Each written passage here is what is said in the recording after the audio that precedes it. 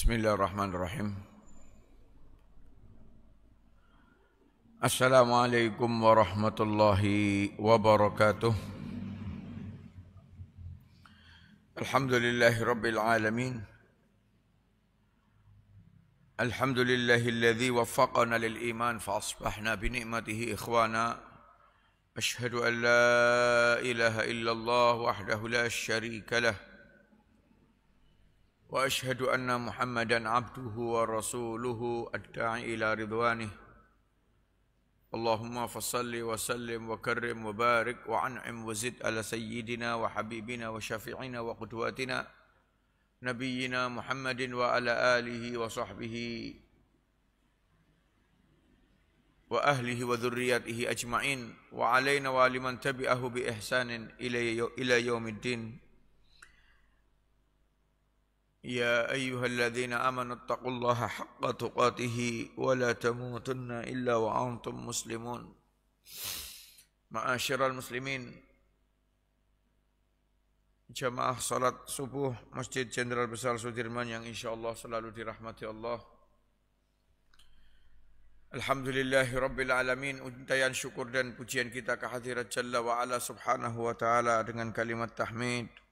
Dengan ketaatan kita, mudah-mudahan terus kita tunaikan nikmat yang terus kita rasakan dari waktu ke waktu mengantarkan kita bermajelis kesempatan pagi hari ini, yang mengizinkan kita untuk hidup di atas kebaikan nikmatul iman, nikmatul Islam. Allah antarkan kita untuk selalu cocok dengan kebaikan yang Allah arahkan, panggilan hayya 'alas shalah. Di pagi hari ini kita datangi, dan itu adalah kebaikan yang Inna Qur'anal fajri kana masyhuda, kebaikan yang disaksikan oleh seluruh malaikat. Mudah-mudahan Allah jadikan rizki dan macam-macam yang bersama kita menjadi berkah dari kebaikan yang kita syukuri kepada Allah subhanahu wa ta'ala. Ikhwati fiddin rahimani wa rahimakumullah jami'an. Kita masih pada pembuka surat Al-Qalam yang Allah subhanahu wa ta'ala demikian kuatnya mensupport, memotivasi beliau sallallahu alaihi wasallam dalam menghadapi pendustaan dan rintangan, cercaan, pembunuhan karakter, dan seterusnya yang sering kita dengar dari kebaikan yang dibuli oleh masyarakat Quraisy menghadapi dakwah yang beliau sallallahu alaihi wasallam sampaikan. Fasatubsiru wa yubsirun bi ayyikumul maftun. Pertemuan kemarin kita sudah hampir menyelesaikan dua ayat ini. Seharusnya hari ini ayat yang ke-7. Inna rabbaka a'lamu huwa a'lamu biman dhalla an sabilihi wa huwa a'lamu bil muhtadin. Kita akan sedikit sempurnakan dua ayat 5 dan 6 ini, kemudian kita akan lanjut pada ayat yang ke-7. Pada pertemuan yang lalu ketika Allah mengatakan fasatubsiru wa yubsirun bi ayyikumul maftun, engkau akan tahu dan mereka akan tahu siapa yang sebenarnya terfitnah dengan tuduhan gila, siapa yang sebenarnya gila. Ikhwati fiddin rahimani wa rahimakumullah jami'an. Pada pertemuan yang lalu kita mengatakan pendapat Abdullah bin Abbas radhiyallahu taala anhuma, yang dimaksudkan dengan ayat ini adalah fasata'lamu wa ya'lamun yaumal qiyamah, bahwa semua perselisihan kita, siapapun di antara kita yang terus mengklaim masing-masing di atas kebenaran masing-masing, Allah akan putuskan. Yaumal fasli, hari dinamakan hari pemutus. Maka hari kiamat adalah hari pemutus. Sehingga ayat ini sama dengan di dalam Al-Quran surat Al-Qamar kalau enggak salah, yang ketika Allah mengatakan saya'lamuna ghadan manil kadzdzabul asyir. Nanti akan tahu di hari kiamat siapa pendusta yang sebenarnya, siapa pendusta besar itu. Karena mereka juga menuduh Nabi Muhammad bukan sekedar gila, bukan sekedar dukun, bukan sekedar penyair, tapi pendusta. Maka Allah mengatakan saya'lamuna ghadan manil kadzdzabul asyir. Nanti Allah akan bongkar siapa pendusta itu yang sebenarnya. Karena Allah tahu siapa yang di atas kebenaran dan siapa yang di atas kesesatan. Sebagaimana ayat yang ke-7 nanti kita akan ungkap. Ikhwati fiddin rahimani rahimakumullah jami'an. Tapi ayat ini juga bermakna di dunia. Kita ini masing-masing mempunyai apa itu ya istilahnya? Kebersihan hati. Bahwa hati kita masing itu bisa menilai sesuatu. Terkadang ketika kita pandai bersilat lidah dalam hati kita juga kita tahu sebenarnya saya salah. Artinya kebenaran itu bisa dirasakan saat ini. Maka kata Rasulullah, kata Allah Subhanahu wa taala, fasatubsir wa yubsirun, kamu akan tahu. Kamu tahu dan mereka juga sebenarnya tahu siapa yang gila. Pada pertemuan yang lalu saya sebutkan ada 3 perkara yang menjelaskan sebenarnya yang gila itu mereka, kufar Quraisy. Baru kita bahas 1. Yang pertama bahwa ketika Nabi Muhammad sallallahu alaihi wasallam berdakwah dan nanti dakwah itu ternyata sukses mendunia karena ini kebenaran, karena ini Allah yang menunjukkan jalan kebaikan untuk maslahat manusia. Kalau Nabi Muhammad sukses, mereka akan ikut mendapatkan pamor karena itu keluarganya sendiri.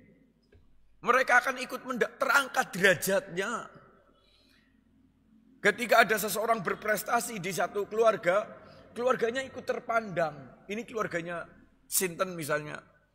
Ketika seorang Anies Baswedan, ketika seorang Prabowo itu terangkat dengan derajatnya saat ini, ya keluarganya ikut bangga gitu loh.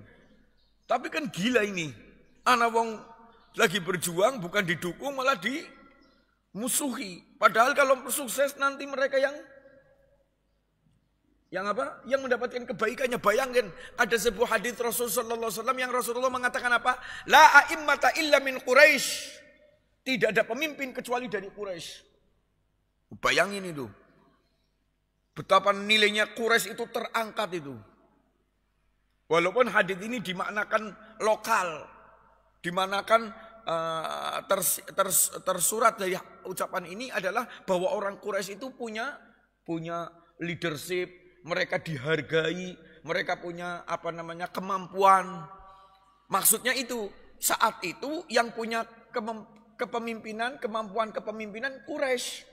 Maka Rasulullah mengatakan la imata min Quraisyin, la imata illa min Quraisyin. Kenapa? Agar dipahami bahwa kalau seorang memimpin tapi tidak punya legitimasi, tidak punya leadership, tidak punya kemampuan, percuma orang kenggo. Bubar, rusak gitu loh. Maka tapi secara lokal saat itu demikian. Beliau sallallahu alaihi wasallam mengatakan la immata illa min Quraisyin. Sehingga dengan itu siapa yang mendapatkan keuntungan dari hadis ini? Orang Quraisy. Tapi aneh. Orang yang akan membuat mereka terangkat derajatnya malah justru dimusuhi. Ini gila apa bukan? Maka ketika Nabi Muhammad dimusuhi habis-habisan, orang seantero Jazirah Arab mengatakan, jika nanti dia menang atas kaum, in dhahara alaihi qaumuhu fahuwa nabi. Kalau dia bisa mengalahkan kaumnya sendiri, berarti dia nabi benar. Kenapa? Berarti dia mempunyai kekuatan yang besar. Karena dulu orang itu menang karena ta'assub, karena fanatis golongan. Ini begitu dimusuhi musuhnya, keluarganya sendiri, kalau bisa menang berarti kekuatannya Allah. Maksudnya seperti itu. Maka idza jaa nasrullahi wal fath wa ra'aitan nasa yadkhuluna fi dinillahi afwaja. Setelah Fathu Makkah, banyak kabilah-kabilah masuk Islam. Kenapa? Mereka jujur. Oh, ini nabi benar. Ketika mereka melihat Fathu Makkah, Nabi Muhammad ngalahkan orang Mekah. Kaumnya sendiri tunduk, lari, ngumpet.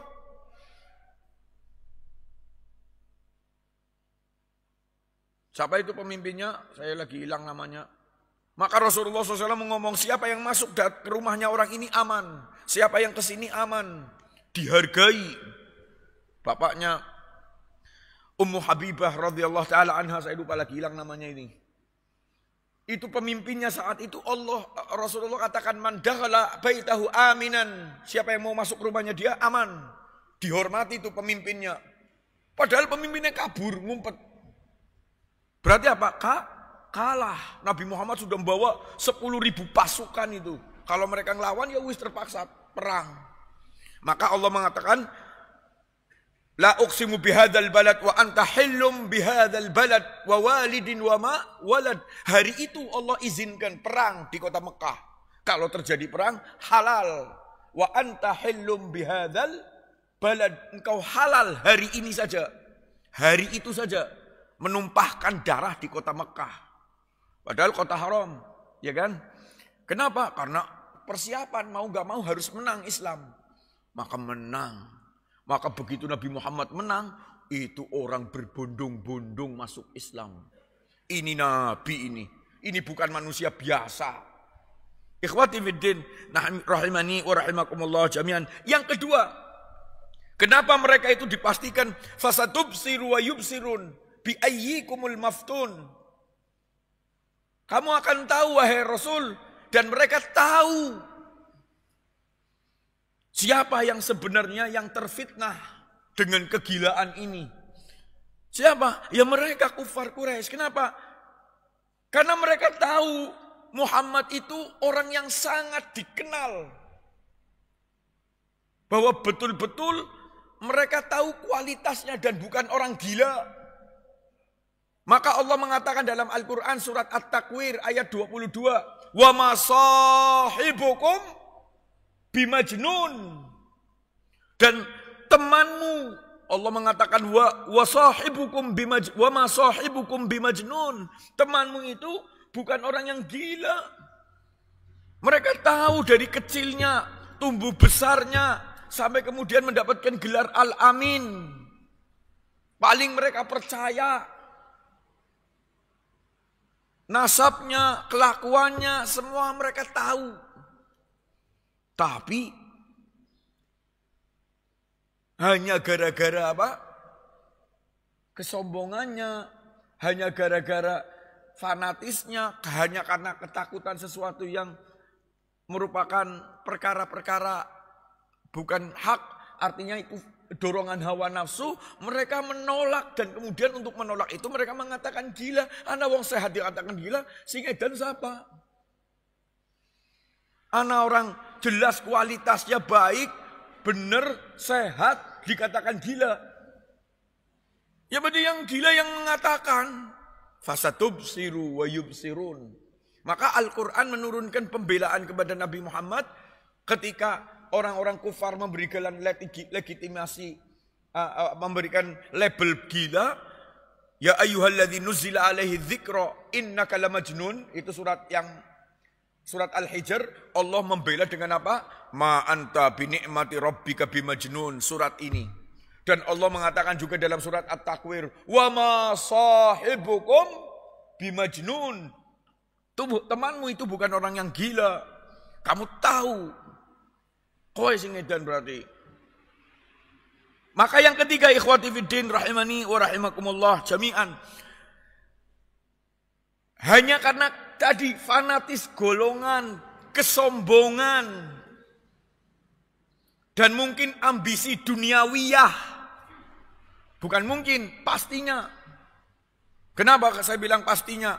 Karena orang-orang kufar selama ini Jazirah Arab membesarkan satu perkara, yaitu peribadatan kepada patung-patung ini, dan Ka'bah menjadi pusatnya. Di dalam Ka'bah itu ada 360 patung-patung miliknya masing-masing kabilah loh. Maka mereka datang ke kota Mekah. Otomatis kedatangan mereka ini kan membawa perekonomian. Ya kan? Perdagangan apa macam-macam. Mereka juga terhormat karena mereka berada di tempat yang ada Ka'bahnya. Mereka kira kalau Nabi Muhammad tiba-tiba mengajarkan Tuhan yang satu, sing 359 Tuhan-Tuhan selain Allah itu, atau semuanya ya, berarti maaf 360 itu kan patung-patung kabeh. Berarti 360 patung itu hilang kabeh. Maka mereka masing-masing tidak merasa memiliki kota Mekah. Mereka tidak akan datang. Ya, ini faktor ekonomi gitu loh. Selain faktor kesombongan, selain faktor ta'assub, fanatis atas terhadap nenek moyangnya, maka mereka terang-terangan nekat. Wong nekat padahal dia dalam kondisi salah, itu kira-kira siapa sing edan? Nekatnya apa? Di dalam Al-Quran surat Al-Anfal ayat 30. Wa idh qalu Allahumma in kana hadha huwal haqqu min indaka fa'amtir alaina hijaratan minas sama' aw i'tina bi'adzabin alim. Bayangin nekat itu. Ya Allah, kalau memang ini Islam ini benar, datangkan hujan batu atau azab yang pedih. Hanya gara-gara apa? Ingin menolak. Wa idh qalu Allahumma in kana hadha huwal haqq min indika fa'amtir alaina hijaratan minas sama' aw i'tina bi'adzabin alim. Udah bayangin loh. Antum berani apa? Kira-kira antum misalnya salah terus ngomong demi Allah, diazab ya nyong kena. Edan. Ini bahasa terjemah bebas ya saya ngomong.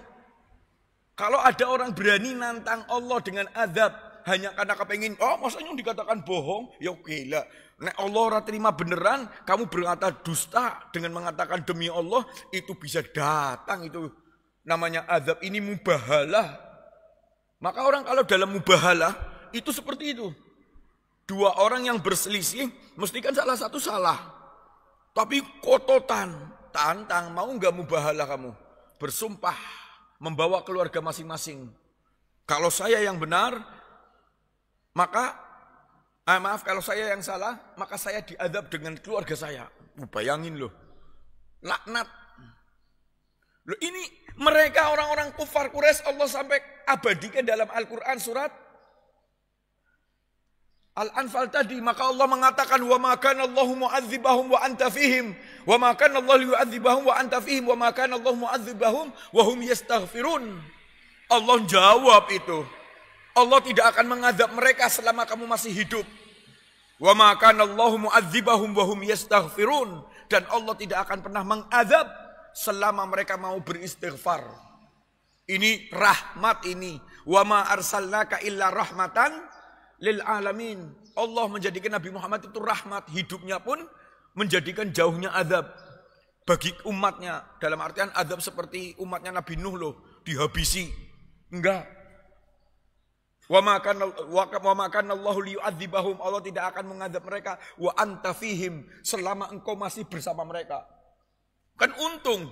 Coba kalau tadi Allah terima langsung, habis itu Quraisy.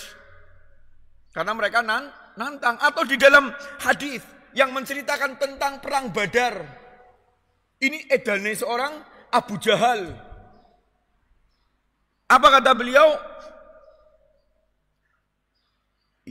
Ya Allah, ayyuna aqta'ul rahmi fahlikhu. Au kama qala. Dalam sebuah riwayat, seorang Abu Jahal ketika akan perang Badar dia mengatakan, ya Allah, siapa sebenarnya yang memutus silaturahmi di antara saya dengan Muhammad? Fa'ahlikhu, maka hancurkan orang itu. Dia minta. Kan ini masih keluarga. Nabi Muhammad Quraisy, Abu Jahal Quraisy. Dia mengatakan, ayyuna aqta'ulir rahmi fa'ahlikhu, maka hancurkan orang itu. Allah jawab di dalam Al-Quran surat Al-Anfal lagi kalau enggak salah, intastaftihu faqad ja'akumul fathu. Jika kamu minta keputusan, maka hari ini keputusan itu datang. Maka hancurlah dalam perang Badar, Abu Jahal mati. Dan apa orang Abu Jahal? Dia tahu. Dia tahu kebenarannya benar. Kalau malam-malam kadang ngerindik-ngerindik. Ikut mendengarkan bacaannya Nabi Muhammad dalam sebuah riwayat. Ketika Nabi Muhammad membaca Al-Quran ketika Qiyamul Lail.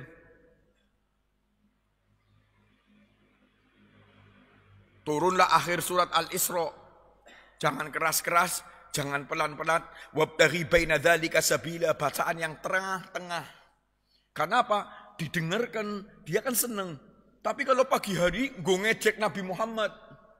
Wala tajhar bi sholatika wala tukhafid biha wabtaghi baina dzalika sabila. Kalau enggak salah surat Al-Akhir surat-surat Al-Isra. Jangan kamu keraskan Tapi juga jangan rendah. Wabtaghi baina dzalika sabila, baca yang tengah-tengah, cukup untuk diri sendiri maksudnya mungkin. Kenapa? Karena Abu Jahal paham, enak dirungokna.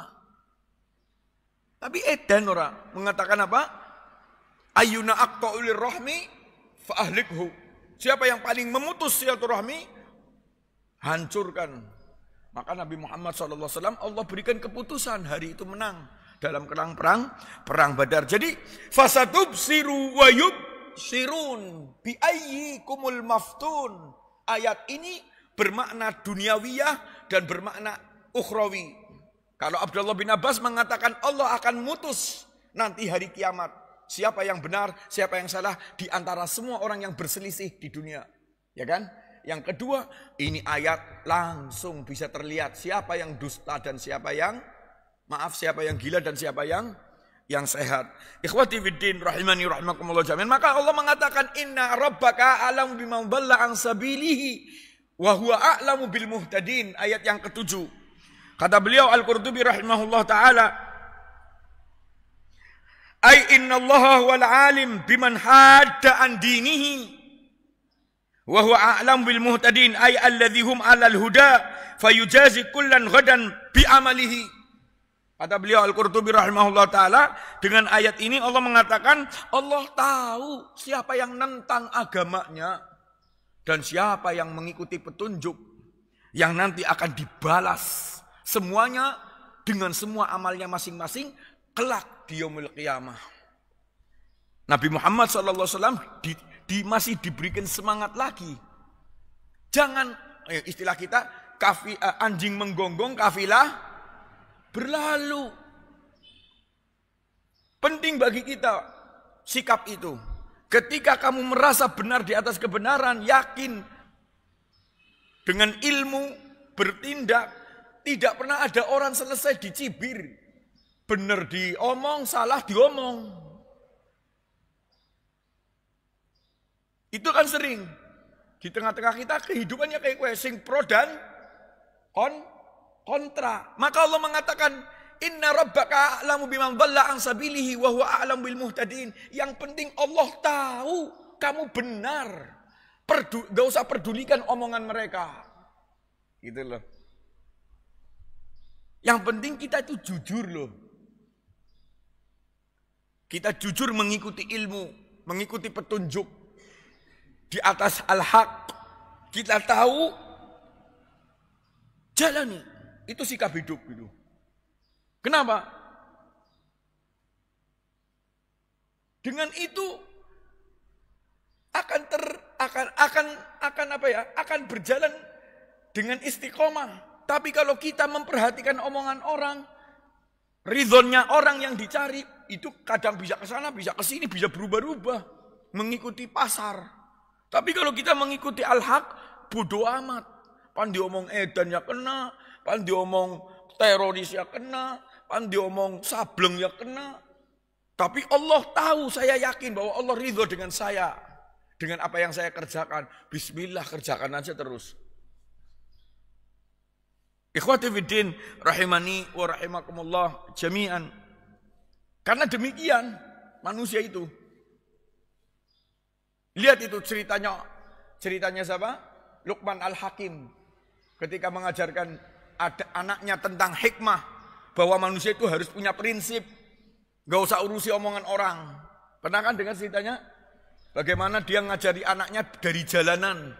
Yuna mangkat anggo keledai, jalan-jalan, maka boncengan. Di tengah jalan anak sih ngomong, kayak orang melas temen, keledai satu nggo wong loro, kesel loh.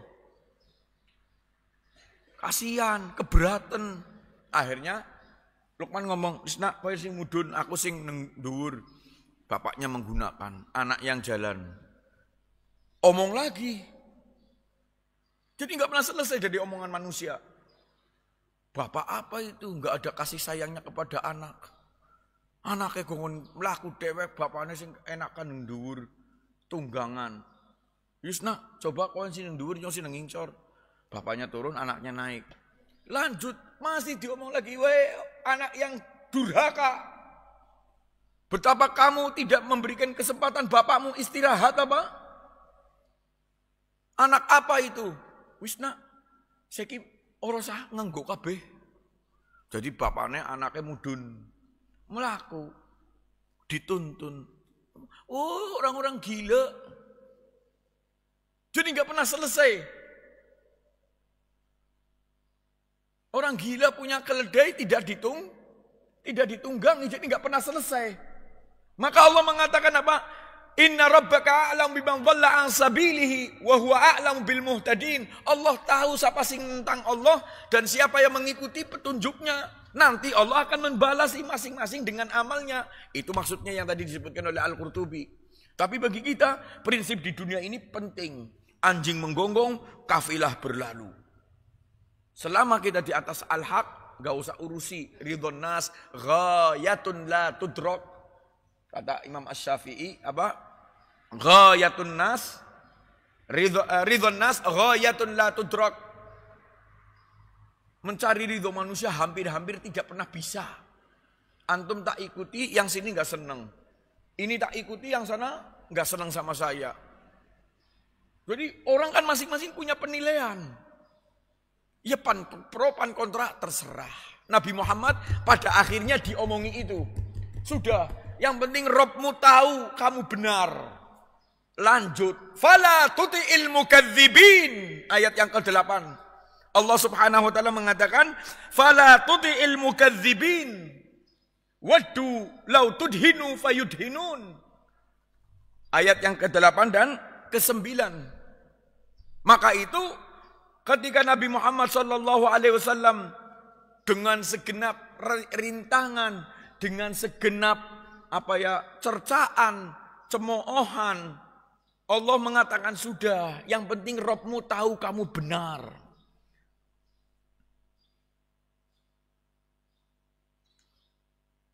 Maka Allah berpesan, aja dengarkan apalagi jangan taati. Fala tuti'il mukadzibin. Jangan kamu pernah taati orang-orang yang dusta-dusta itu. Apa ini maksud dari ayat ini? Kata beliau Al-Qurtubi rahimahullah ta'ala, hadza nahahu an mumayalah al-musyrikin wa kanu yad'una ila ayyakuffa anhum liyakufu anhu. Ayat ini adalah perintah Allah Subhanahu wa taala kepada Nabi Muhammad untuk tidak condong. Ayat ini fala tuti'il mukadzibin itu turun ketika Allah memerintahkan Nabi Muhammad untuk punya sikap yang tegas. Apa? Jangan condong kepada mereka orang-orang yang dusta tadi, kufar Quraisy. Kenapa? Ikhwati fiddin rahimani rahimakumullah ini, maka ayat ke-8 dan ke-9 satu paket. Fala tuti'il mukadzibin waddu law tidhunu fayudhinun. Jangan taati mereka orang-orang dusta. Mereka menginginkan kamu lunak dan mereka juga akan melunak. Nah, kompromi. Ini. Mereka mengajak kompromi.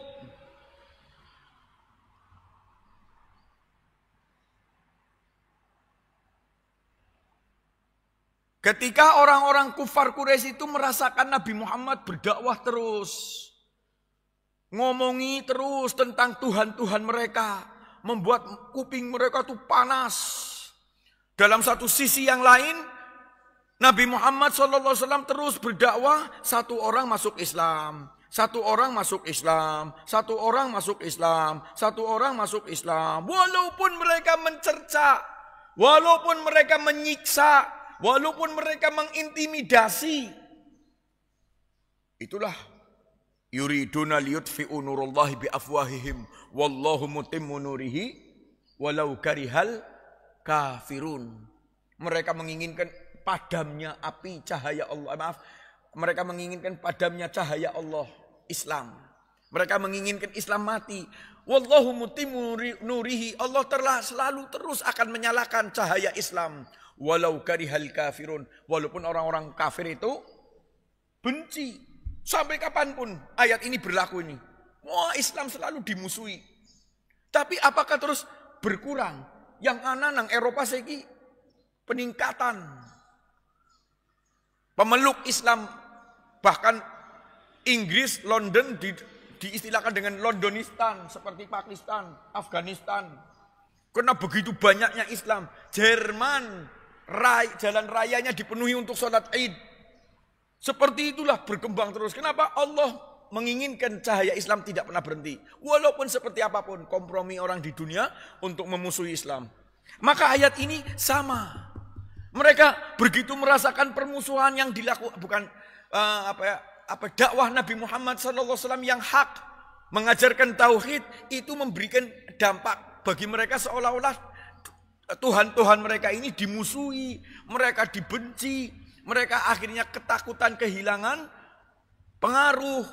Mereka juga takut sebagaimana tadi, takut kalau nanti patung-patung ini hilang, mereka kehilangan pamor, duit, karena setiap tahun ada haji yang itu berkaitan dengan Tuhannya masing-masing kabilah. Maka mereka ngajak kompromi. Maka Allah Subhanahu wa taala mengatakan, fala tuti'il mukadzibin. Ikhwati fiddin, rahimani wa rahimakumullah jami'an. Ada di dalam ayat yang lain yang semakna dengan fala tuti'il mukadzibin. Dan nanti juga saya akan sambungkan dengan kejadian surat Al-Kafirun. Itu dalam rangka itu tuh. Ngajak melunak. Nanti kita sebutkan. Saya ingin sebutkan awal dari sebuah Al-Quran. Surat Al-Isra ayat 74. Kata beliau Al-Qurtubi mengutip firman Allah. Walaula an sabbatnaka laqad kitta tarkanu ilaihim syai'an qalila. Kalau bukan karena kami kuatkan pendirianmu, bisa jadi kamu akan mengikuti mereka sedikit, Bu apa? Karena ajakan itu bisa jadi menggoyahkan hati Nabi Muhammad. Contoh, mereka datang kepada Nabi Muhammad. Ya Muhammad, ngapain kamu membenci Tuhan kami? Ngapain kita saling bermusuh-musuhan? Jangan kamu celah Tuhan-Tuhan kami. Wis kayak beyu. Nah, ini loh. Wis kayak beyu. Ini mengajak apa? Kompromi. Gini. Kamu ibadah dengan Tuhan kami setahun. Nanti tahun depan kami beribadah dengan Tuhan kamu. Gentenan. Nih, logikanya nih. Nah, pakainya logika lagi. Ini saya nggak ngarang loh. Asbabun nuzulnya seperti itu. Kalau Tuhan kami benar, kamu sudah ikut kami dapat pahala. Kalau Tuhan kamu benar, kami ikut kamu, kan kami juga dapat pahala. Jadi sama-sama bareng-bareng mawon. Itulah namanya gerakan mencampur adukan agama, sinkritisme. Maka turun ya ayyuhal kafirun la a'budu ma ta'budun wala antum abiduna ma a'bud wala ana abidum ma abattum wala antum abiduna ma a'bud. Keras ini. Allah mengatakan apa? Lakum dinukum waliyadin, tegas. Jangan pernah bengkok kamu dari jalan yang lurus. Jangan pernah melunak. Ikhwati fiddin, rahimani wa rahimakumullah jami'an. Maka ketika Allah Subhanahu wa taala mengatakan fala tuti'il mukadzibin, maknanya yang lain, qila fala tuti'il mukadziban.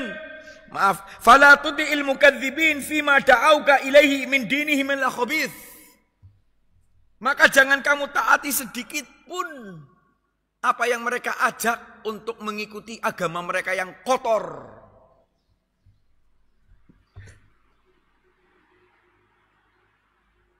Antum bisa lihat di dalam Al-Quran, surat Al-Hajj, Allah mengatakan tentang fajtanibu minar rizsa, fajtanibu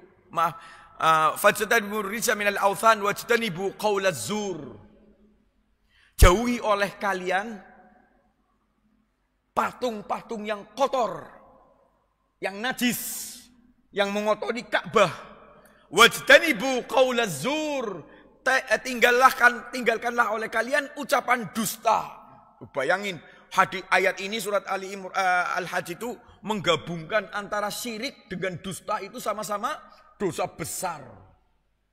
Jangan dianggap remeh. Kita sudah meninggalkan syirik tapi seneng goroh. Itu hati-hati. Allah mengatakan wajtanibu rijsa minal awthan wajtanibu qaulaz zur. Qaulaz zur itu secara bahasa ucapan, zur itu dusta. Walaupun ada yang memaknakan qaulaz zur dalam ayat ini adalah pengakuan terhadap Tuhan-Tuhan mereka gitu loh. Yang tadi diajak yus gentenan yuk kayak gitu loh. Ibadahnya gentenan. Tahun ini, tahun depan, tahun ini, tahun depan terus kayak gitu. Apapun dari keyakinan orang-orang musyrikin Quraisy jangan kamu ikut-ikutan, jangan ikut-ikutan. Maka Allah mengatakan fajtanibu rijsa minal awthan wajtanibu qaulaz zur. Maka Allah Subhanahu wa taala mengatakan jangan pernah kamu ikuti ajakan mereka kepada agamanya. Jangan pernah kamu lunak. Jangan kamu pernah condong agar kamu berhenti dan mereka akan berhenti. Apa sih? Nah, ini kita lanjutkan. Tawaran yang lain selain apa? Ngajak gentenan ibadah, mereka mengatakan wahai Muhammad, wis kaya baik. Nyong ora pan ngomong kowe edan. Tapi kowe nek pas lagi maring Ka'bah, pas tawaf, lihatlah Tuhan-Tuhan kami. Maksudnya hormati gitu loh. Engko nyong ora pan ngomong edan. Kenapa Nabi Muhammad melunak sedikit sih? Tidak mengatakan itu kotor, itu najis, tinggalkan. Katakan la ilaha illallah. Orang Arab itu tahu ketika orang itu mengucapkan la ilaha illallah artinya apa selain Allah? Habis gak ada. La ilaha, la-nya itu la linafyi. Allah meniadakan la ilaha. Tidak ada sesembahan apapun yang hak illallah. Berarti semua sesembahan selain Allah batil. Al-Quran surat As-Saffat Allah mengatakan itu. Wa idza qila lahum la ilaha illallah yastakbirun. Apabila diajak kepada mereka la ilaha illallah, mereka menolak, mereka enggan, mereka sombong. Sombong itu kan artinya menolak. Kenapa? Kalau ngomong la ilaha illallah berarti meninggalkan 360 patung tadi loh. Maka ketika Nabi Muhammad tawaf, wis kayak bayu. Nah, waddu lau tudhinu fayudhinun. Waddu itu artinya apa? Mereka menginginkan lau tudhinu, seandainya engkau melunak, fayudhinun, mereka juga akan melunak kepadamu. Orang mengatakan edan, orang mengatakan tukang ngapusi, mereka akan membiarkan. Sing penting Nabi Muhammad, kamu ngajarkan Islam, tapi jangan celah Tuhan kami. Wis, kayak gue lo, enak kok. Mungkin seperti itu bahasa terjemahnya. Maka Allah Subhanahu wa taala mengatakan larangan fala tuti'il mukadzibin. Ikhwati fiddin rahimani wa rahimakumullah jami'an. Kemudian ayat yang ke-9 yang Allah Subhanahu wa taala berkata waddu law tudhinu fayudhinun. Ini kita akan bahas tentang sikap mudahana. Antum pernah dengar kata-kata mudahana? Mudahana itu sikap melunak. Sikap orang yang dikonotasikan ambisi duniawiyah menjadikan dia meninggalkan amar ma'ruf nahi mungkar. Ada orang, maaf, bosnya mungkin tidak berjilbab. Tapi karena wong aku kepengen kerja di situ seolah-olah kita ridho dengan dia yang tidak berjilbab. Ketika kita bekerja kepada seseorang, kemudian seseorang itu benci sama jenggot. Dipotong ya kena. Ya udahlah. Sikap-sikap melunak. Hanya demi karena duniawiyah. Karena sikap ambisi. Karena ingin melindungi. Atau karena ingin bareng bersama-sama.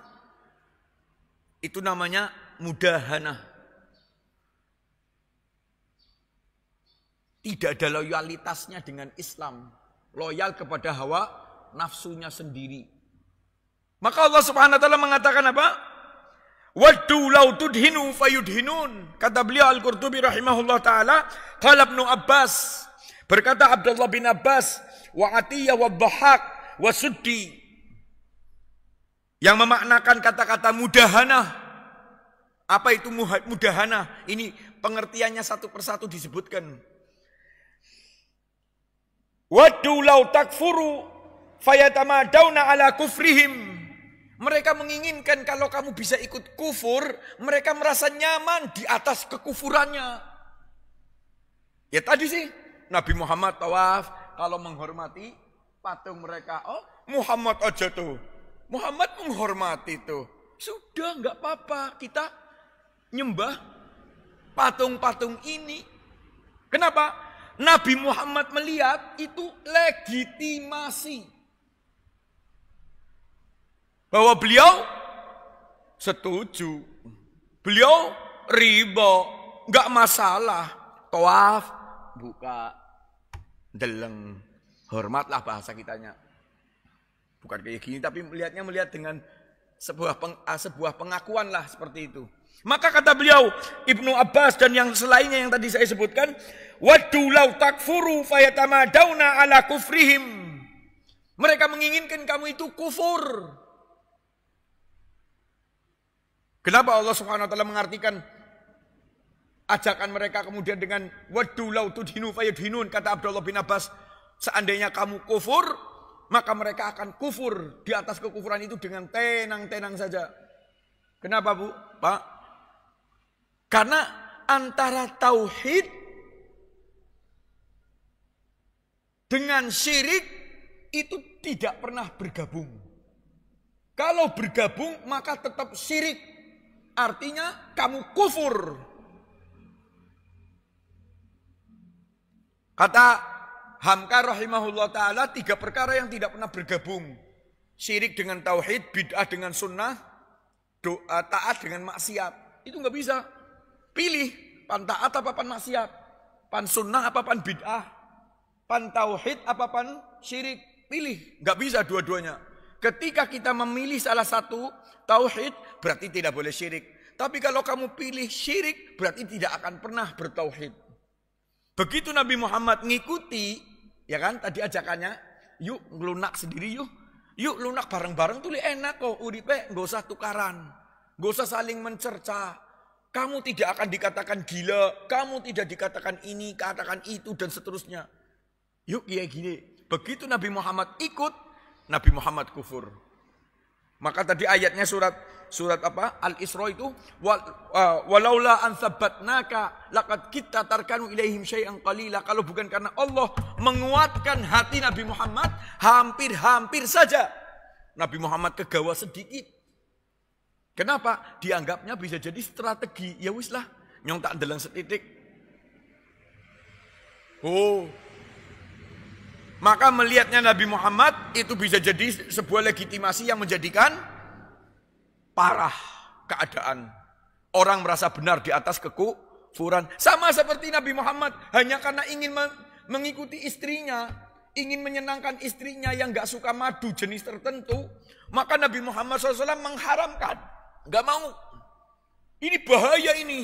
Maka turun Al-Quran, ya ayyuhan nabiyyu lima tuharrimu ma ahallallahu lak tabdaghi marbata azwajik. Wahai Nabi, kenapa kamu mengharamkan apa yang Allah halalkan hanya karena ingin kamu menyenangkan istrimu? Karena kalau Nabi Muhammad dibiarkan, lah nyong orang minum jenis madu ini, itu bisa berarti apa? Hukum. Nabi Muhammad gak mau minum jenis ini, berarti ini makruh. Na'udzubillah min dzalik. Yang halal bisa jadi makruh minimal. Kalau ada yang mengatakan haram, aku cinta Rasul. Oh ya bisa. Maka haram, padahal madu halal. Maka turunnya ayat itu jangan dikira sepele. Kecil sedikit, tapi ketika itu dibiarkan akan menjadi legitimasi. Maka kata-kata waddu law tudhinu fayudhinun, itu kata beliau Al-Qurtubi mengutip pendalam Abdullah bin Abbas dan yang lain, seandainya kamu kufur sedikit, maka mereka akan merasa terus di atas kekufuran itu dengan nyaman. karena engkau mengikuti mereka. Ikhwati fiddin, a'azani Allah wa iyyakum ajmain. Maka itu kata Al-Kalbi, beliau mengartikan waddu law tudhinu fayudhinun, waddu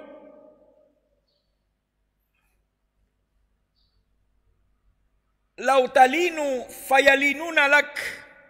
Kata beliau, seandainya engkau melunak, maka mereka akan melunak. Karena apa? Sikap mudahana itu adalah diartikan sebagai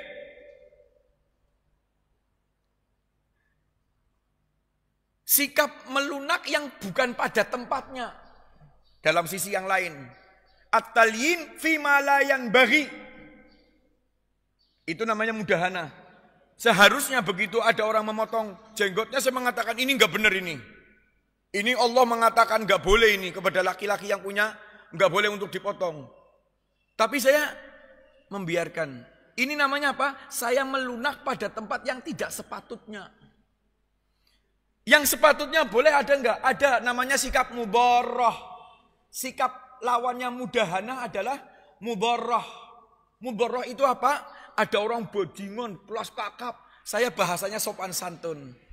Sehat mas, gimana kabarnya? Ini saya bawa hadiah. Tujuannya saya lunak sikap bahasa akhlak saya biar dia tersentuh.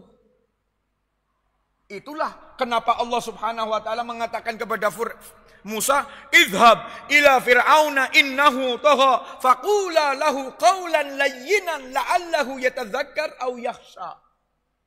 Wahai Musa dan Harun, pergilah kalian kedua kepada Fir'aun, ucapkan ucapan yang lunak, yang halus, yang lembut. Kenapa? Biar Fir'aun itu, ya Allah, aku yang sudah seperti ini masih dihormati. Atau seperti ucapan Nabi Muhammad tadi, siapa yang ke sini aman, siapa yang ke rumahnya, ini bapaknya Ummu Habibah, apa saya lagi lupa, apa? Abu Sofyan. Wa man kana ila baiti Abi Sofyan fakana aminan au kama qala. Siapa yang masuk rumahnya Abu Sofyan aman. Itu Nabi Muhammad lagi apa? Melunak. Menghargai seorang pemimpin, jangan direndahkan di depan rakyatnya. Malu itu, gengsi itu. Begitu dia gengsi, dia akan mengatakan kepada umatnya, aja gelem melu Muhammad. Tapi subhanallah, begitu Nabi Muhammad terus mubarrah, memberikan sikap lunaknya dalam akhlak yang baik, datang asyhadu an la ilaha illallah. Masuk Islam itu Abu Sofyan. Ya kan? Jadi mudahanah itu apa? At-talyin fi ma la yanbaghi. Lunak yang bukan pada tempatnya. Contoh lagi, ikhwati fiddin rahimani wa rahimakumullah jami'an. Ya, musik. Wah, saya kalau enggak mengadakan musik nanti saya apa kata orang? Saya sebagai ketua RT, nah ini mudahana ini. Hanya karena ambisi pimpinan ini, saya harus mengakomodir semua orang. Nah, ini sikap mudahana bukan pada tempatnya ini. Ikhwati, yang apa artinya? Tidak ada loyalitas kepada agama, tapi loyalitas kepada ambisi pribadi, ambisi duniawiyah. Itu namanya mudahana. Ikhwati fiddin, a'azani Allah wa iyyakum ajma'in. Waddu law tukadzibu fayukadzibun. Kata Rabi, kalau kamu sedikit berdusta, mereka juga akan berdusta. Enak kan? Nabi Muhammad kalau nggoro setitik kepada umatnya, kira-kira umatnya apa ngikuti beliau apa enggak? Kemungkinan iya. Nabi Muhammad mengatakan ini enggak apa-apa. Padahal ini Allah enggak boleh loh. Di depan orang banyak Nabi Muhammad mengatakan, ayo ke sini. Atau lihatlah patung-patung ini. Ini kan dusta. Allah enggak ngajarkan, ya kan? Apa yang akan terjadi? Umat akan, oh ayo. Maka mereka juga akan mendusta. Terus dengan kedustaan mereka di atas kekufuran itu. Bahaya itu. Nabi Muhammad gak boleh memiliki sikap lunak pada perkara yang prinsip. Tapi dalam perkara muamalah akhlak, Nabi Muhammad sangat penyabar, sangat pemaaf. dan seterusnya. Ini masih belum selesai, kita akan lanjutkan pada kesempatan yang akan datang karena sudah terdengar panggilan untuk menyelesaikan. Ada komentar atau hal yang ingin ditanyakan, dipersilahkan.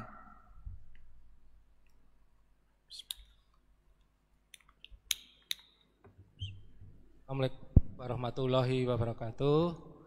Tadi dijelaskan bahwa sekarang berkembang agama Islam di Eropa, Pak. Nah, pertanyaan saya apakah Islam apa? Agama Islam kan sudah berkembang di Eropa tadi, ada di Inggris, di Jerman dan sebagainya. Iya. Apakah ini ada kaitannya dengan tanda-tanda matahari terbit dari barat? Barakallahu fiik. Makasih. Jazakumullah khair.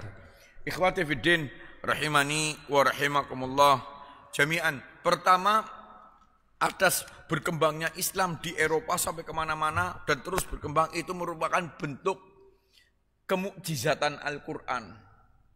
Itu pertama. Apa? Karena Allah mengatakan dalam Al-Quran surat An-Nasr dalam bentuknya fi'il mudhari' present. Wa ra'aitan nasa yadkhuluna fi dinillahi afwaja.